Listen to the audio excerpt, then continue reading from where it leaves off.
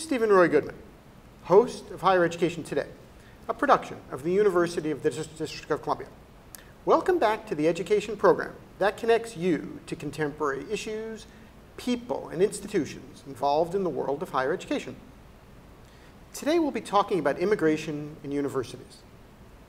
Philip Cafaro teaches philosophy at Colorado State University, where he is also affiliated with the School of Global Environmental Sustainability. Phil is the author of How Many is Too Many?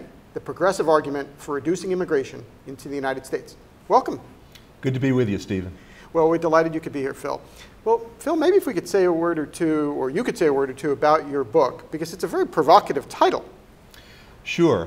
My book, How Many is Too Many, recently published by University of Chicago Press, basically makes the argument that for good progressive political reasons, progressives should take the position that we should reduce immigration into the United States.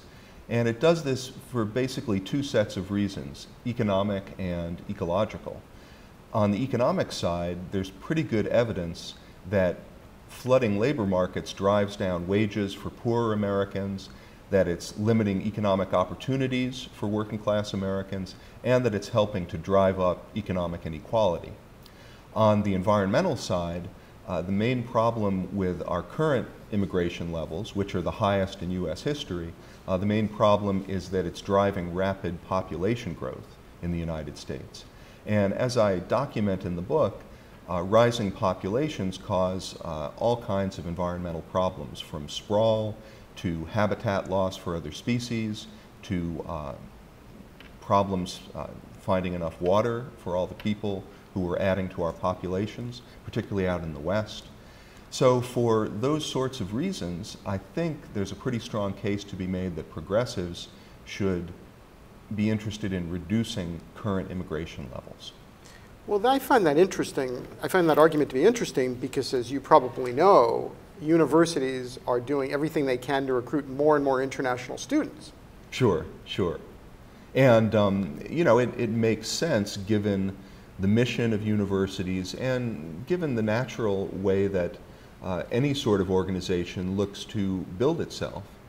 The more immigration, the more students we have coming to the universities. Universities often measure their success in how many students they're educating. So I guess it makes sense that universities would tend to take that position. But what about students who international students who come to the United States and then want to stay? So if I understood your book correctly, you argue that it's better that a student who comes from country X, Y, or Z then goes back to country X, Y, or Z.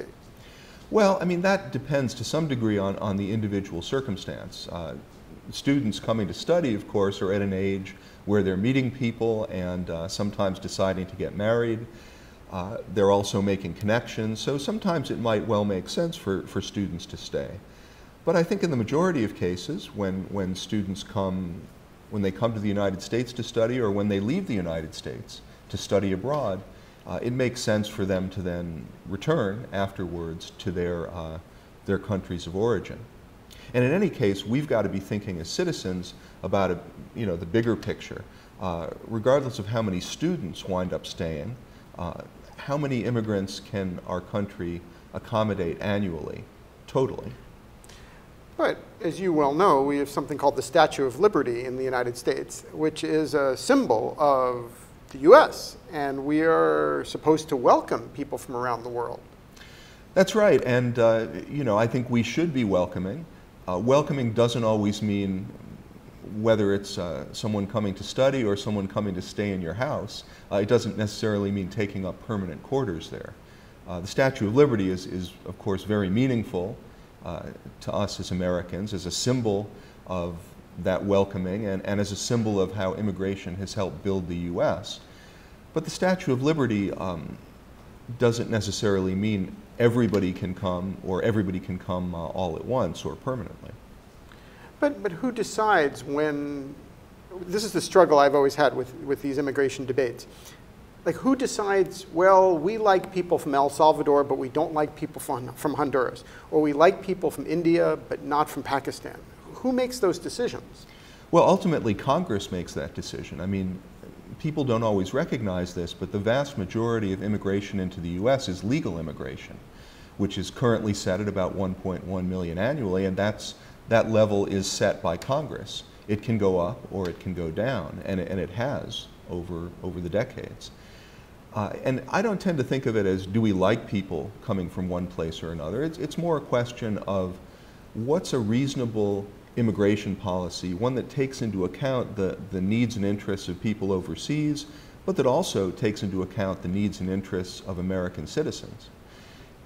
It's kind of easy for me as a tenured university philosophy professor to say, well, anybody can come here. I mean, I don't have to worry about my job security. I'm not going to see my wages driven down by a flooded labor market.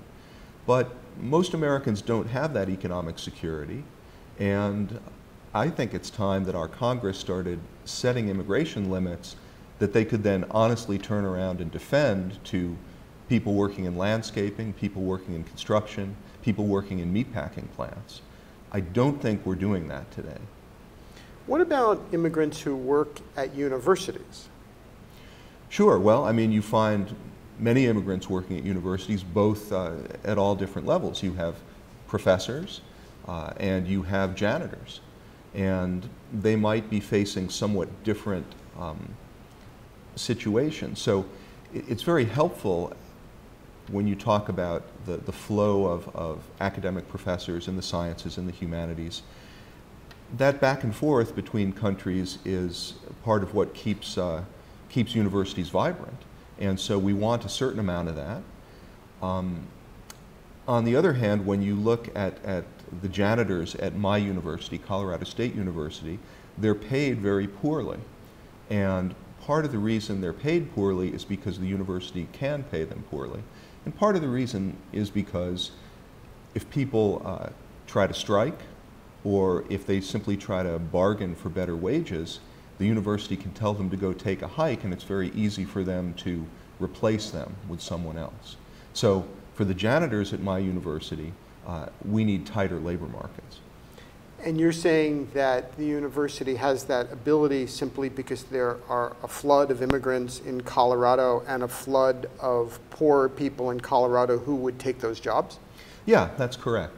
If you look at the numbers, immigration in the past 4 or 5 decades has been skewed pretty heavily towards people with less education, less skills.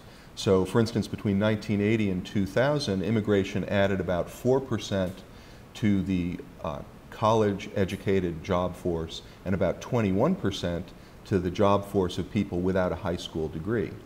And that continues to be the case today. So people like me and you, we're not really bearing the brunt of the flood of immigrants coming into the United States. It's people working in construction, people working as janitors, housekeepers at motels. Those are the people who are dealing with stagnating wages. But let's take someone in a hotel. So let's assume a family, a person comes to work in a hotel. They're coming to that hotel because they believe it's in their interest to do that. Right. And so they wouldn't make that decision if they didn't think it made sense. So to them, it's a good step. Oh, absolutely. And I think it's very clear there's a tremendous pent-up desire to come to the United States and work in some of these lower wage jobs, precisely because even though it's a low wage job in the context of the United States, it's a step up or several steps up economically for someone coming from Guatemala or Vietnam or India. So it's completely understandable from their perspective, and within reason, I think it's good to have that kind of movement. It's good to give people those opportunities. The problem is we've taken it too far.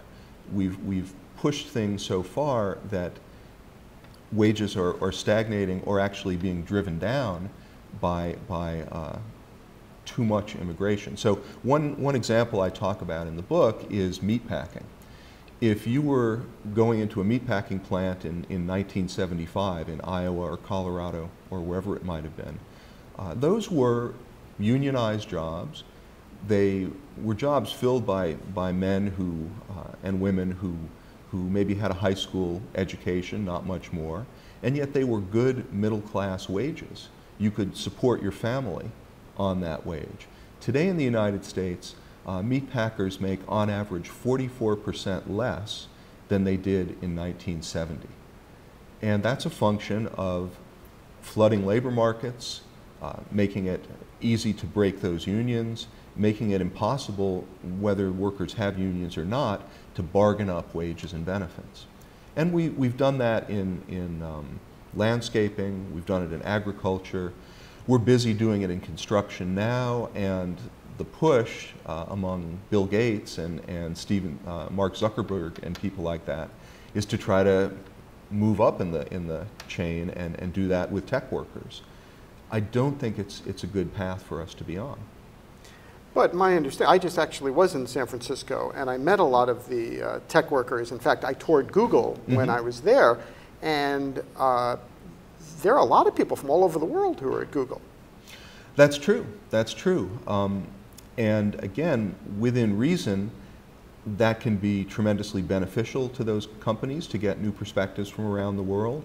Within reason, as long as they're adding jobs, you can bring in some immigrants to fill some of those jobs. The problem is when you are so anxious to drive down wages for those workers that you just want to bring in too many workers. And I think a lot of this is simpler than we sometimes make it. It's sort of economics 101. Whether you're talking about factories 100 years ago or tech companies today, the men and women who run those companies are looking to keep wages low and keep profits up. That's just what employers and bosses are going to do. And on the other side, workers are going to try to raise wages and benefits and garner more of that for themselves. A big factor in all of this is the labor market. Anybody who's gone and looked for a job knows that it makes a difference whether employers are begging for workers or workers are begging for work. And we're talking a lot about this today. We're talking about growing economic inequality in the United States. We have to look for as many levers as possible, in my view, to put our thumbs down on the scale of helping American workers. One way we can do that, a very important way, is to reduce immigration. But what about the ethics of that? So what about people who have been, they're facing really bad things in their home countries, and the United States has been a place where people have come because they can not be persecuted, they can enjoy the benefits of freedom in the way that we live in the U.S. Sure, that's something that we really can help people out in that way, and we pride ourselves, I think, in having provided those sorts of opportunities for people over the years. One of the things I talk about in the book is the fact that any immigration policy is going to have trade-offs. It's going to have winners and losers. And Americans don't tend to be too comfortable about that. We want win-win solutions. We're not comfortable thinking about limits in many cases.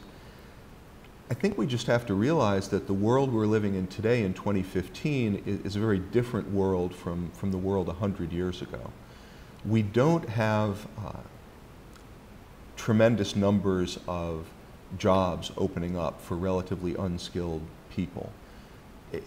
Maybe it would be good if we still lived in that world and we could keep giving these sorts of opportunities to people. But the reality is, what we're doing by bringing in over 1 million immigrants annually is we're helping those people, and we're also helping wealthier Americans because we're driving down labor costs, and we're hurting middle class and working class Americans. In other words, it's great to try to help other people, and it's great to help poor foreigners. However we decide to do that, we really shouldn't be doing it on the backs of working class Americans.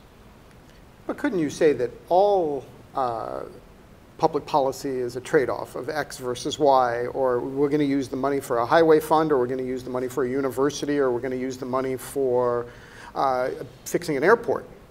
Yeah, I think that's absolutely true. But I mean, let's say that we're good liberals and we're concerned about poor people overseas. We want to help them live better lives.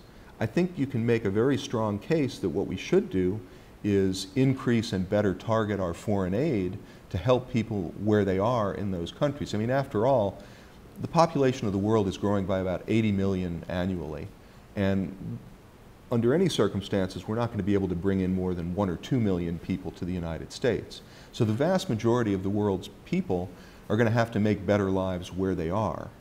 Now, I think we should do a lot more to help people live better lives where they are, because that's something we could do by taxing wealthier Americans and bringing resources to those people.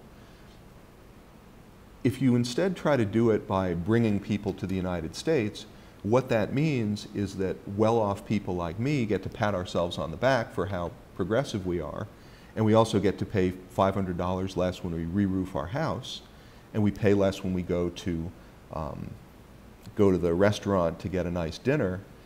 But who's paying for it? I mean, somebody's paying for it. It's working class Americans. They're paying for it by lower wages. But let's get back to the high-end part of the market, because, Okay. because a lot of university employees are very highly educated. Sure. But university president after university president after university president gives a talk. They all give talks about the importance of bringing in more sophisticated people from around the world. Sure. Well, I mean, again, and that's part of what a university is. I mean, we tend to be very cosmopolitan. I'm currently the president of the International Society for Environmental Ethics. We're going to have our conference in Germany in a few months.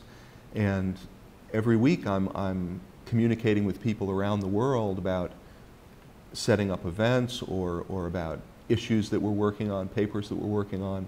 So science, the humanities, it's very international today, and that's part of what it keeps it vibrant, I think. However, again, these days we can get an awful lot of that through communication on the internet. We can travel. You can go and be in a university for a semester and then come home. We don't necessarily have to keep ratcheting up the sheer numbers of people. Fair enough.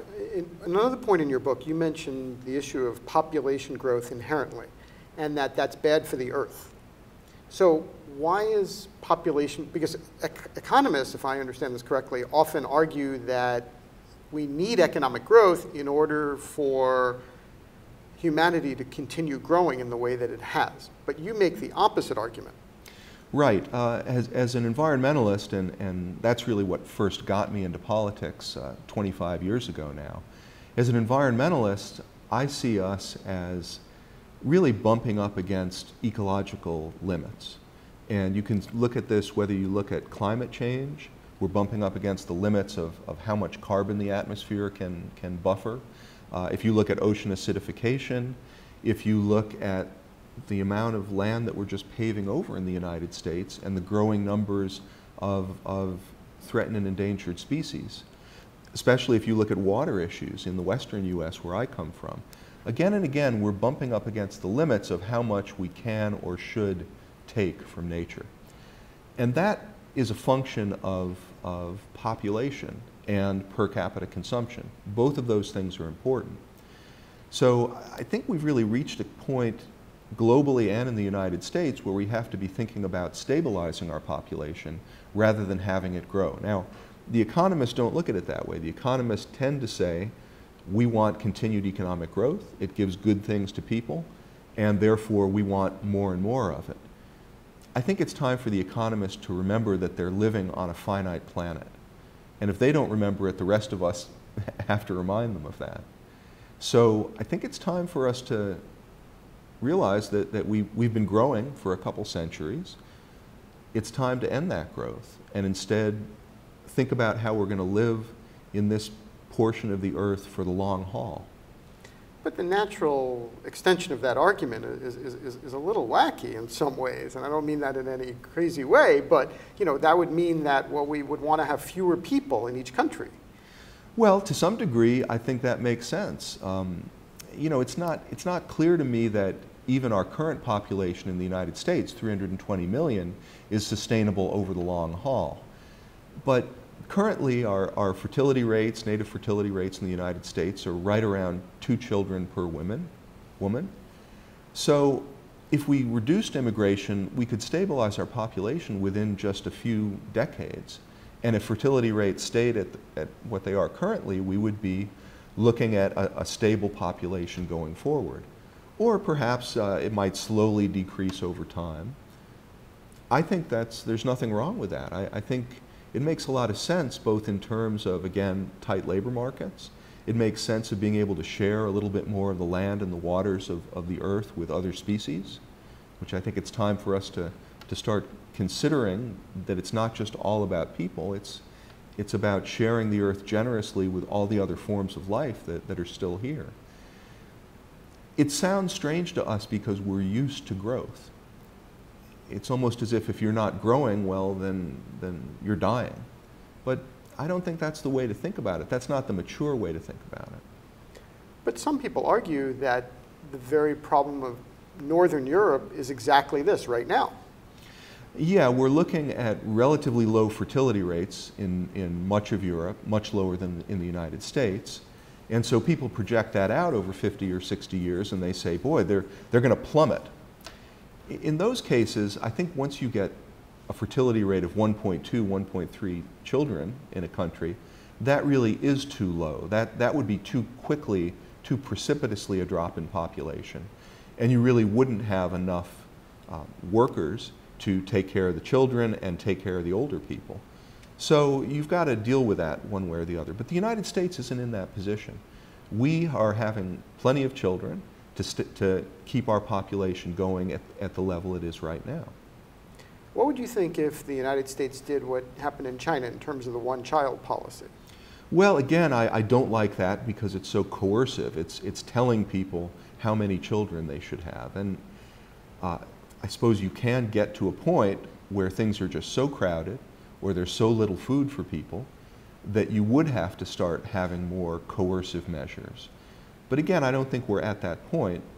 Americans have freely chosen. I mean, if you go back to the 1950s, American couples were having about 3.5 children on average. And that just leads to very quick population growth. Well, today, again, we're having about 2 children. And that leads to a stable population. Nobody had to force them or tell them to do that. They just chose to do that. So since we've made that choice, and since it's good for the environment, let's stick with that choice. Let's not have Congress overrule that choice by saying we have to keep growing rapidly. And what about the issue of growth of universities? Because some could make the case that when a university grows, it uses more resources. Because some people make the case that a university is an economic engine in a particular area. But what it's also doing is using some resources at the same time. That's true, and that's why even though universities are wonderful things, we both work in them, we both see every day all the good work that they do educating the next generation, even universities, as wonderful as they are, can't keep growing indefinitely. There are limits to how big a population we want in Washington, in Colorado, wherever it might be. And again, I would stress, environmentally, it looks like we're bumping up against some limits. But how do you tell that to the university planners at Colorado State, who are presumably saying to themselves, you know, we've got to figure out how to position ourselves relative to other universities in Colorado and other universities elsewhere in the US? Well, I mean, I do talk to the planners there about that, and I say, let's focus on excellence rather than sheer bulk. And again, we're very familiar with this from our own lives. I mean, you look at your children, and you see them growing physically and developing, and it's a wonderful thing. It's life. But at some point, put it this way, if you're 52 like me, and you're still growing physically, that's not so cute anymore. It's a problem. And so we need to move from just growing in sheer bulk to growing in the quality of our scholarship, of our teaching, of our relationships with other people. There are all kinds of ways a university and a society can grow besides just growing in sheer numbers. Can you give an example of that? Sure. If you look at a state like let's see, a state like Vermont. I don't think Vermont is growing all that much at the moment. It's had its periods of large growth. Vermont is a wonderful place to live. It's got vibrant towns, it's got beautiful nature reserves, and it's got a very human scale of living. Vermont doesn't need more people. It's doing just fine as it is. It's a great place to live. If you then turn to some of the more rapidly growing parts of the country, like my state, Colorado, currently it's a pretty good place to live. We've got about 5.5 million people living in Colorado, mostly on the Front Range. But as we grow very rapidly at about 1.5 to 2 percentage points per year, Colorado is getting to be a less good place to live. It's more crowded. You spend more time in traffic. To some degree, you lose kind of the neighborliness that you have when you're living in a town of 100,000. When you go to 200,000, that changes the dynamic there. So I think there are many examples where making that shift from growth in quantity to growth in quality makes sense. Well, I think, Phil, we're going to have to leave it at that. Great to be with you. Thank you. If you would like additional information about Philip Cafaro, please visit philipcafaro.com or philosophy.colostate.edu. If you have comments or suggestions about higher education today, please send an email to our viewer mailbox at highereducationtoday@topcolleges.com. Thank you for watching. We will continue to bring you quality discussions about important matters in today's college and university world. Please join me again for another edition of Higher Education Today. I'm Steven Roy Goodman, and you've been watching Higher Education Today.